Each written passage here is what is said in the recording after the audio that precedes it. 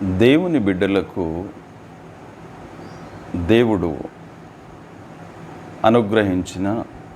ప్రసాదించినటువంటి ఒక అత్యుత్తమైనటువంటి బహుమానం the Bible, దైవ గ్రంథం. కారణం ఏంటంటే దైవ గ్రంథాన్ని కీర్తనాకారుడు సెలవిచ్చిన రీతిగా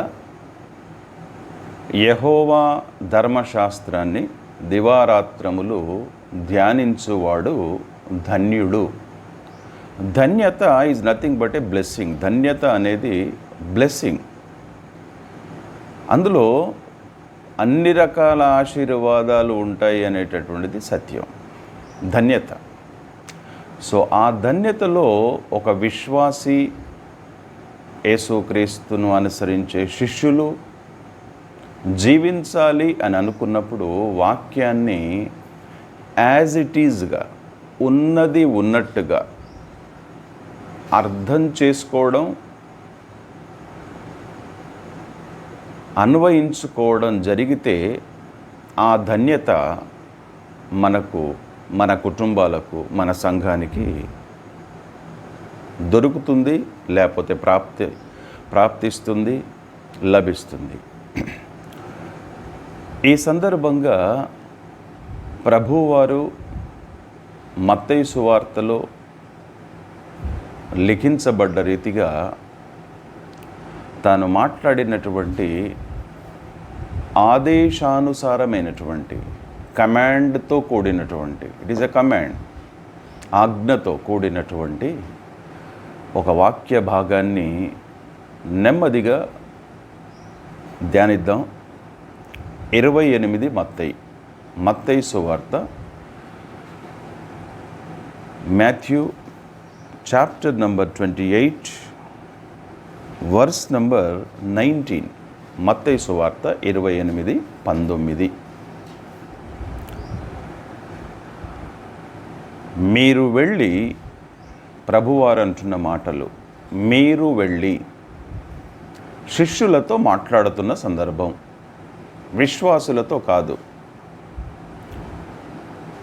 ఎందుకంటే 16వ వచనంలో మనం గమనిస్తే దానిపై భాగం 11 మంది శిష్యులు యేసు తమకు నిర్ణయించిన గలిలయలోని కొండకు వెళ్ళిరి. శిష్యులు వెళ్ళారు, విశ్వాసులు కాదు. ఆ విశ్వాసులు శిష్యులుగా మారారు. ఆ శిష్యులు అక్కడికి వెళ్ళారు, ఆ శిష్యులతో మాట్లాడుతున్నాడు. ఈరోజు ప్రభువు మనతో మాట్లాడుతున్నాడు. మీరు వెళ్ళి. అయితే ఇక్కడ మనం విశ్వాసులుగానే ఉన్నామా, ఎన్ని సంవత్సరాలు గడిచినా, లేకపోతే శిష్యత్వంలోకి రూపాంతరము చెందామా అనేటటువంటిది వ్యక్తిగత నిర్ణయం. అయితే ఆజ్ఞ వ్యక్తిగతంగా ఫుల్ఫిల్ జరిగినప్పుడు మాత్రమే వ్యక్తిగతంగా లాభం చేకూరుతుంది. ప్రభువారు సంతోషిస్తారు, అది ఆమోదయోగ్యం కూడాను. అందుకే మీరు వెళ్ళి శిష్యులతో మాట్లాడుతున్నారు. సమస్త జనులను శిష్యులనుగా చేయండి. ఒకవేళ ప్రభువు ఇక్కడ శిష్యులని రాయకుండా, చెప్పకుండా, వాళ్ళతో మాట్లాడకుండా, విశ్వాసులు అంటే మనం ఈరోజు శిష్యత్వం గురించి, డిసైపుల్షిప్ గురించి, శిష్యత్వం గురించి మాట్లాడుకోవాల్సిన అవసరం లేదు. యాజ్ ఇట్ ఈజ్గా అనుకున్నాం కాబట్టి మీరు వెళ్ళి సమస్త జనులను శిష్యులనుగా చేయండి అనేది ప్రభు గారి యొక్క ఆజ్ఞ, ప్రభు ఆజ్ఞ, కమాండ్. సో ఈ సందర్భంగా మనకి మనం ఒకసారి ఎంతకాలం విశ్వాసయాత్రలో ఉన్నటువంటి వాళ్ళం శిష్యులుగా మారామా, శిష్యత్వంలోకి వచ్చామా? అంటే దీన్ని నెగ్లెక్ట్ చేస్తే ఏమవుతుంది? ఏమీ కాదు, ప్రభు ఇచ్చే బహుమానం దూరం అవుతుంది అంతే. రన్నింగ్ రేస్లో నేను లేటుగా పరిగెడితే ఏమవుతుంది? ఏమీ కాదు. ఎవరికి నష్టం? బహుమానం రాదంతే. సో ఈ కోవలో మనం పరలోకానికి, ఈ జీవిత యాత్రకు సంబంధించినటువంటి అవగాహనతో ఈ వాక్య భాగాన్ని అర్థం చేసుకుందాం. ఆదిమ సంఘములో ఉన్నటువంటి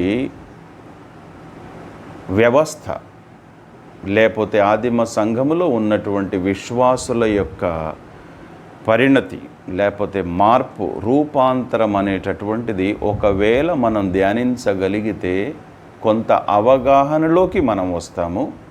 ఆ అవగాహన మనల్ని శిష్యత్వంలోకి నడిపిస్తుంది. వారి సమర్పణ ఏంటి, వారి ఉద్దేశం ఏంటి, వారి లక్ష్యం ఏంటి?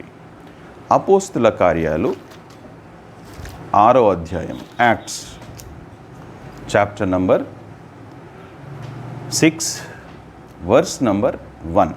అపోస్తుల కార్యాలు 6వ అధ్యాయము 1వ వచనము.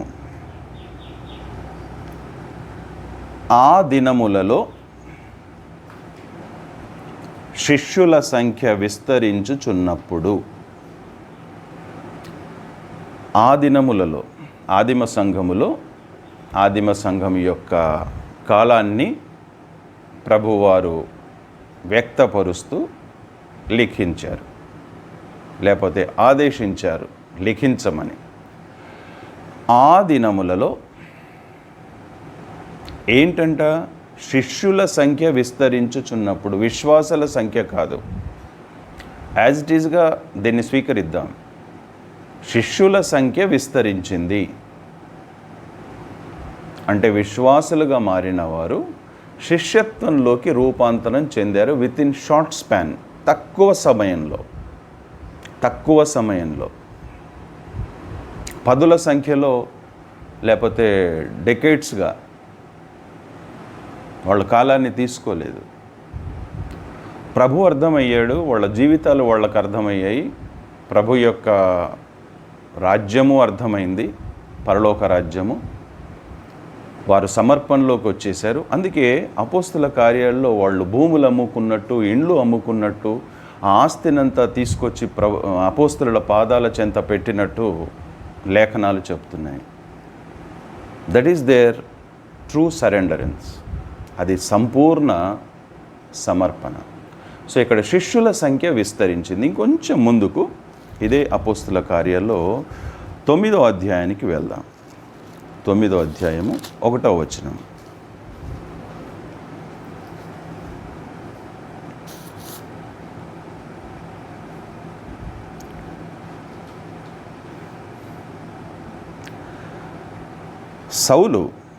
పౌలుగా మారకముందు, సౌలుగా ఉన్న రోజుల్లో అతని జీవిత యొక్క లక్ష్యాన్ని గురించి 9వ అధ్యాయం 1వ వచనం మనకు వివరిస్తుంది. Acts chapter number 9 verse number 1. సౌలు ఇంకను ప్రభు యొక్క శిష్యులను బెదిరించుటయును. ఎవరిని బెదిరించాడు? విశ్వాసుల్ని కాదు. విశ్వాసుల్ని ఎవ్వరు బెదిరించరు. ఎందుకంటే మెజారిటీ ఆఫ్ ది విశ్వాసులు నులివెచ్చగానే ఉంటారు కదా. అవసరమైతే విశ్వాసులం అని చెప్తారు, విశ్వాసులము కాదు అని కూడా స్టేట్మెంట్ ఇస్తారు.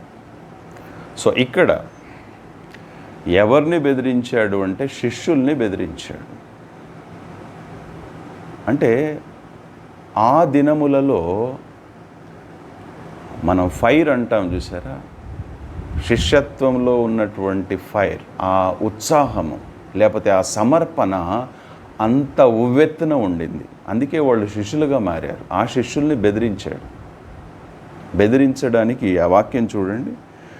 సౌలు ఇంకను ప్రభు యొక్క శిష్యులను బెదిరించుటయును, హత్య చేయుటయును, తనకు ప్రాణాధారమైనట్టు ప్రధాన యాజకుని యొద్దకు వెళ్ళి,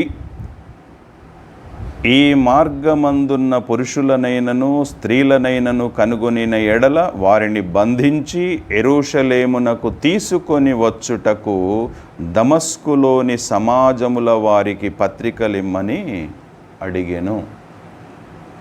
ఒక మాట మనం మాట్లాడుకోవాల్సి వస్తే తాకీదు లేకపోతే ఒక జీవో నాకు ఇవ్వండి పాస్ చేసి వీళ్ళందరినీ బంధించి నేను తీసుకొస్తాను విశ్వాసుల్ని. ఎవరిని బంధిస్తున్నాడు అంటే శిష్యుల్ని.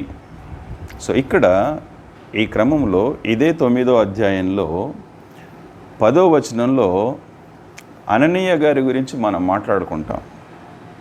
Who is Ananias? Is not a believer.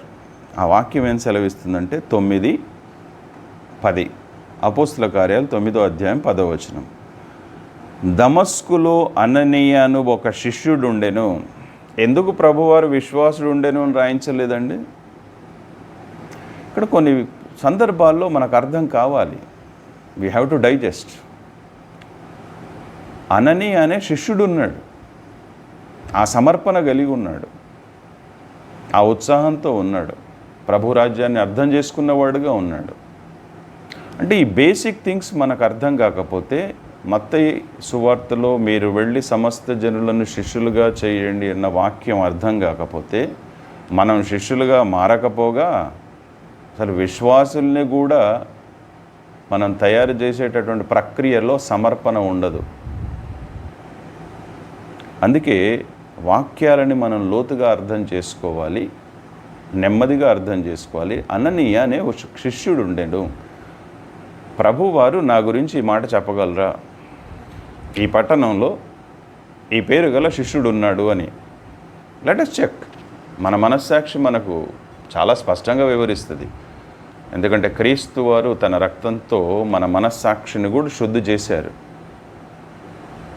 There is a clarity. మన మనస్సాక్షి దోషారోపణ చేస్తూ ఉంటుంది. మనం విశ్వాసులమా లేకపోతే శిష్యులంగా ఉన్నామా?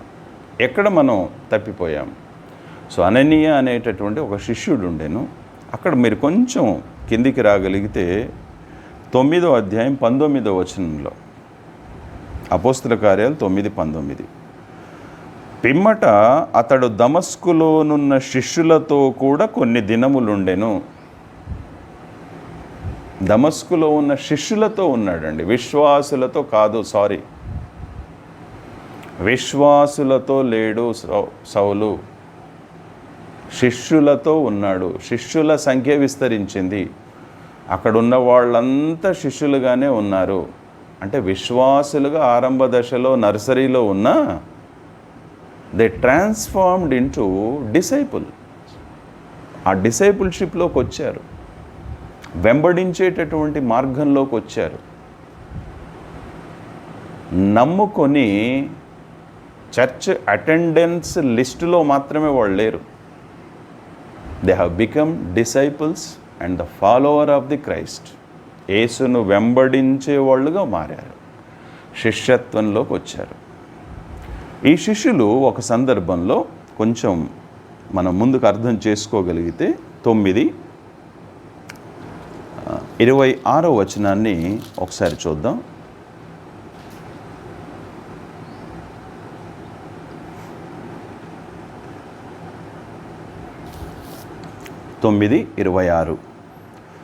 అతడు యెరూషలేములోనికి వచ్చి శిష్యులతో కలిసి కొనుటకు యత్నము చేసెను గాని అతడు శిష్యుడని నమ్మక అందరూ అతనికి భయపడిరి. అంటే యెరూషలేములోనికి వచ్చి శిష్యులతో కలుసుకోవడానికి ప్రయత్నం చేశాడు, విశ్వాసులతో కాదు. ఒకవేళ ప్రభు విశ్వాసులను రాయించాల్సి వస్తే తప్పకుండా రాయించేవాడు. అంటే యెరూషలేములో కూడా శిష్యులు ఉన్నారు. అంటే అక్కడ కనిపిస్తున్నటువంటి అట్మాస్ఫియర్ అంతా కూడా శిష్యత్వానికి చెందినటువంటి గుంపులే కనిపిస్తున్నాయి, విశ్వాసులకు సంబంధించిన గుంపులు కనిపించట్లేదు.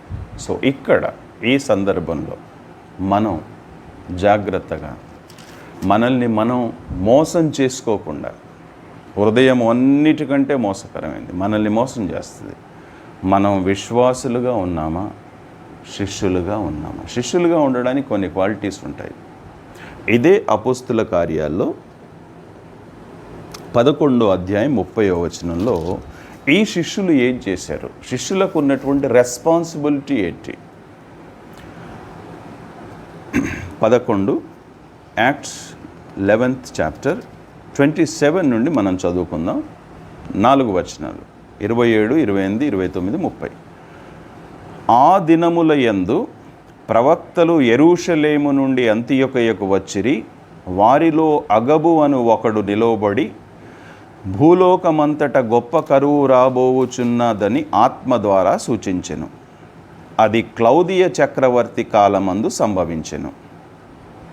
అంటే భూలోకంలో గొప్ప కరువు రాబోతుంది. లేవి కరువు, ఆహార పదార్థాల కరువు,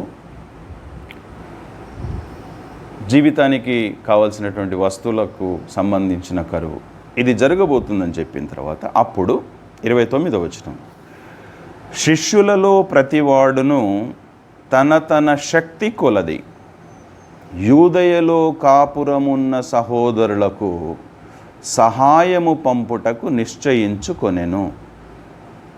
అలాగున చేసి బర్నబా, సౌలు అను వారి చేత పెద్దల యొద్దకు దానిని పంపిరి. శిష్యులు ఒక గ్రేట్ రెస్పాన్సిబిలిటీలోకి వచ్చారు. అంటే కేవలం సువార్త ప్రకటించడమే కాదు, కరువు పరిస్థితుల్లో ఉన్నటువంటి సహోదరులకి సహాయం చేయడానికి తమ వంతు బాధ్యతను విస్మరించకుండా తమ శక్తి కొలది, తమ శక్తి కొలది. ఈ సందర్భంలో పౌలు వారు మాట్లాడుతూ మాసిదోనియాలో ఉన్నటువంటి వాళ్ళు తమ శక్తికి మించి చేశారని కూడా మాట్లాడతాడు. So that is personal. అది వ్యక్తి దేవుడితో సమర్పించుకునేటటువంటి సమర్పణను బట్టి శక్తి కొలది, శక్తికి మించి ఔదార్యము కలిగిన వారై సహాయం చేస్తారు.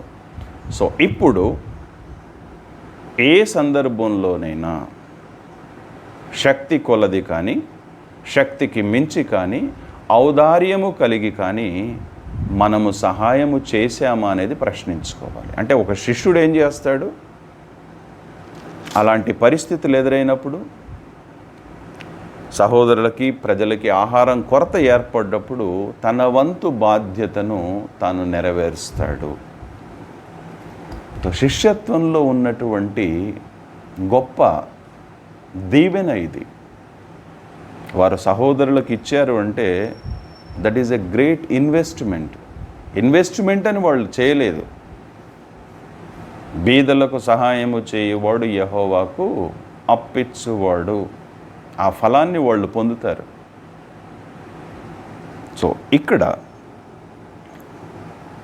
మత్తయి సువార్తలో ప్రభువారు మాట్లాడుతూ 5వ అధ్యాయము 16వ వచనంలో ఒక స్పష్టమైనటువంటి లేఖనాన్ని మన ముందుంచారు.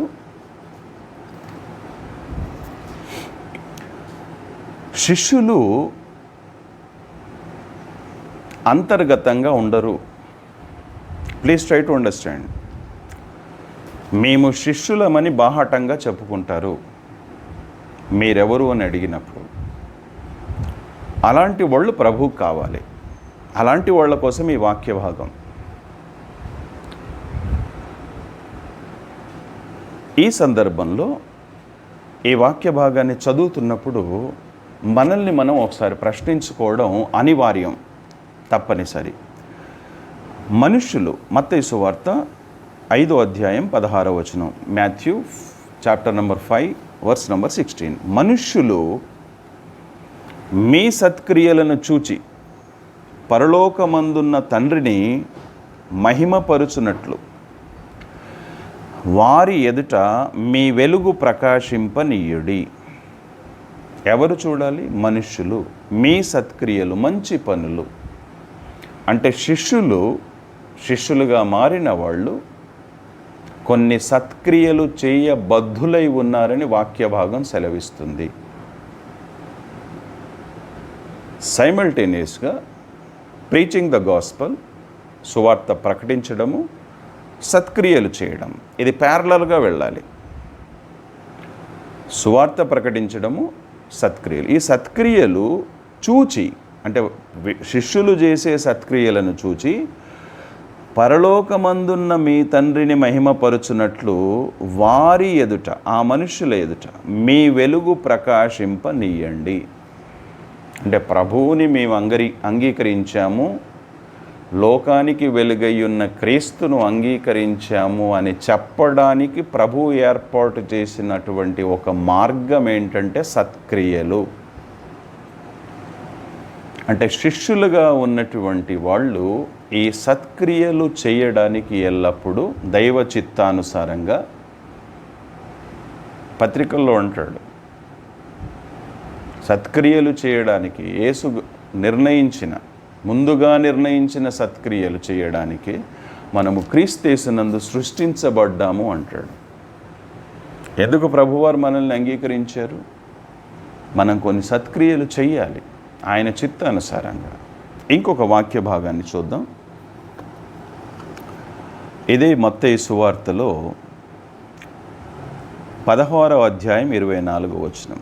16:24.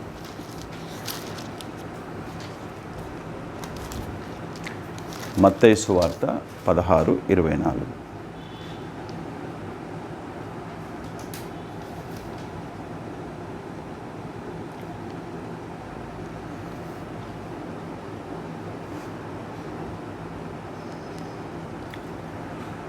అప్పుడు యేసు తన శిష్యులను చూచి, మాథ్యూ 16:24. అప్పుడు యేసు తన శిష్యులను చూచి, ఎవడైనను నన్ను వెంబడింపగోరిన ఎడల తన్ను తాను ఉపేక్షించుకొని తన సిలువనెత్తుకొని నన్ను వెంబడింపవలెను. ఈ ఉపేక్ష అనేది జరగంది అంటే నన్ను నేను నెగ్లెక్ట్ చేసుకోనంత వరకు నేను ప్రభువు కోసం ఏం చేయలేను. నన్ను నేను ఉపేక్షించుకోవాలి. తన సిలువనెత్తుకొని అన్నాడు. అంటే ఇక్కడ మనకు చాలా స్పష్టంగా అర్థం కావాల్సినటువంటి అంశం ఏంటంటే నన్ను నేను డినై చేసుకోవాలి, ఉపేక్షించుకోవాలి. ఉపేక్ష అన్నప్పుడు నేనేం కోరుకోవద్దు. నా కుటుంబ అవసరతలు, వ్యక్తిగత అవసరతలు తీర్చుకోవాల్సిందే. సో అంతకు మించి పేరు ప్రఖ్యాతులు కానీ లేకపోతే ఇంకేదైనా లోక సంబంధమైనటువంటి భూ సంబంధమైనటువంటివి. అందుకే ప్రభువారు కొన్ని పత్రికల్లో అన్నారు, ఏవి మాన్యమైనవో ఏవి ఖ్యాతి గలవో వాటి మీదనే ధ్యానం ఉంచుకోండి అంటాడు. అంటే వాట్ ఐ నీడ్, నాకేం కావాలి, ఇది చాలు. కంటెంట్మెంట్, సంతృప్తి, సంతుష్టి సహితమైన దైవభక్తి గొప్ప లాభసాధకమై ఉంది. శిష్యులకి ఈ క్వాలిటీస్ ఉండాలి. సంతృప్తి లేకపోతే అతను శిష్యుడుగా ఎంచబడడు ప్రభువు చేత. ఒక లిమిట్ ఉండాలి తన జీవిత విధానానికి, తన కుటుంబ అవసరతలకి. There should be some limit. ఈ లిమిట్లో మేము ఉంటాము. మిగిలిందంతా ప్రభు పరిచర్య కోసం, బీదల కోసం, అవసరతలో ఉన్న వాళ్ళ కోసం సమర్పణ కలిగి మేము వెలుగు సంబంధులుగా ఉంటామనే తీర్మానం ఇది వ్యక్తిగతంగా, కుటుంబాలుగా తీసుకునేటటువంటిది. ఇంకో వచన భాగం 10:22.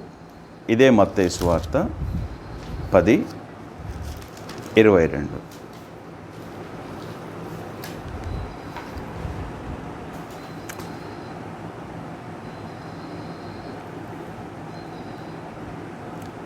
అపోస్తుల కార్యాల్లో శిష్యులు ఎక్కడా ప్రజల చేత గౌరవించబడ్డట్టు మనకు దొరకవు లేఖనాలు. ప్రజల చేత ఘనపరచబడ్డట్టు దొరకవు. ప్రభువారు ఎక్కడైనా ఘనపరిస్తే తన శిష్యుల్ని ఘనపరుస్తారు. అది ప్రభువుకి శిష్యులకి మధ్యలో ఉన్నటువంటి ఒక సంబంధ బాంధవ్యంతో కూడినటువంటి ఘనత. అది ప్రభువు చిత్తం చొప్పున తాను జరిగిస్తారు. కానీ ప్రభువారి లేఖనం ఏం సెలవిస్తుందంటే 10:22లో, మీరు నా నామము నిమిత్తము అందరి చేత ద్వేషించబడుదురు, అంతము వరకును సహించినవాడు రక్షింపబడును. మీరు నా నామము నిమిత్తము అందరి చేత. చాలా సందర్భాల్లో మనల్ని ఇష్టపడే వాళ్ళు కోకొల్లలుగా ఉంటారు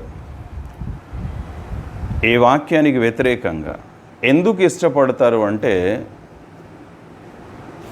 మనం అందరితో కాంప్రమైజ్ అవుతాం. వారి కార్యక్రమాల విధి విధానాలకి, వాక్యానికి సత్యదూరమైనటువంటి ఆచారాలు వాళ్ళు చేస్తున్నప్పుడు వాటన్నిటికీ మనం ఎస్ అంటాం కాబట్టి మనల్ని ఇష్టపడతారు. ఇది వాక్యానుసారంగా లేదు అని మీరు స్టార్ట్ చేయండి, అందరూ దూరం అవుతారు. అంటే ఇక్కడ శిష్యత్వంలో ఉన్నటువంటి వాళ్ళు కేవలం ప్రభువు మీద దృష్టి ఉంచి ప్రభువు వాక్యానికి విధేయులై ప్రభువు వాక్యాన్ని ప్రకటిస్తూ ప్రభువు వాక్యానికి వెలుపలికి వెళ్లకుండా జీవిస్తున్నప్పుడు జరిగేటటువంటి పరిణామం ఏంటంటే నా నామము నిమిత్తము అందరి చేత ద్వేషించబడతారు. ఇది ఒకవేళ మనకు అర్థమవుతే శిష్యత్వంలో ఉన్నటువంటి మనం, లేకపోతే ఉండాల్సిన మనం, లేకపోతే ఉండకపోతే ఉండాలి అని తీర్మానం తీసుకున్నటువంటి మనం సంపూర్ణ సమర్పణ కలిగి, పిల్లవాడు నర్సరీలో 10 సంవత్సరాలు ఉంటాను అంటే ఏ పేరెంటు ఒప్పుకోడు. ఎందుకు ఒప్పుకోడు అంటే పిల్లవాడు ఎదగాలి. Nursery, LKG, UKG, 7th class, దాని తర్వాత 10th క్లాస్, ఇంటర్మీడియట్, డిగ్రీ చదువుకుంటూ వెళ్ళాలి అనేది తల్లిదండ్రుల కోరిక. అదే విశ్వాసయాత్రలో నేను విశ్వాసిగానే ఉంటాను, విశ్వాసిగానే జీవితయాత్రను ముగిస్తాను అంటే that is personal decision, but Bible will not accept. శిష్యత్వంలోకి మారాలి. అందుకే ప్రభువారు అన్నారు, మరొకసారి గుర్తు చేసుకుందాం, సమస్త జనులను శిష్యులనుగా చేయండి. అయితే శిష్యులను చేయడానికి క్వాలిఫికేషన్ ఏంటంటే ఫస్ట్ మనం శిష్యత్వంలోకి రావాలి, మన సంపూర్ణ సమర్పణ కలిగి మనం ఉండాలి. ఈ విషయాలన్నీ అర్థం చేసుకుని ప్రభు పాదాల చెంత ఒకసారి మనల్ని మనం మౌనంగా పరీక్షించుకొని మన మనస్సాక్షి గద్దిస్తుండగా మన జీవితాలను సరి చేసుకుందాం, ప్రభువు చేత మెప్పు పొందుతాం. ప్రార్థన చేసుకుందాం.